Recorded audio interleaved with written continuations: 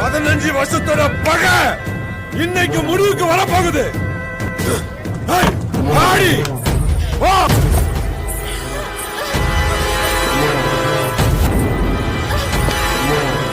என்னடா பாக்குற? உனக்கு தெரியுது முன்னாடியே உண்மை எனக்கு தெரிஞ்சு போச்சுடா. நான் யார லவ் பண்றதா சொன்னேனோ அவர்தான் என்னோட மாமா. இதுதான் என் சொந்த ஊரு. அதனாலதான் நான் இந்த ஊருக்கு வேலைக்கு வந்தேன். அப்ப நீ யாருங்கிற உண்மையும் உன் மாமன் கிட்ட சொல்றதை விட்டுட்டு எதுக்கு இந்த தேவையில்லாத காதல் முயற்சி எல்லாம்?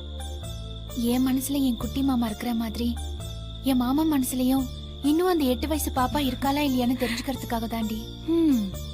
என் மாமா என்ன பொண்டாட்டியா நினைச்சுதான் இப்பவும் வாழ்ந்துட்டு இருக்காருன்னு அன்னைக்கு ரேஷன் கார்டுக்கு கணக்கெடுக்க போகும்போதுதான் தெரிஞ்சுக்கிட்டேன். எந்த திருவிழால என் மாமனை விட்டு நான் பிரிஞ்சனோ இன்னைக்கு அதே திருவிழால என் மாமா கூட நான் சேர போறேன்.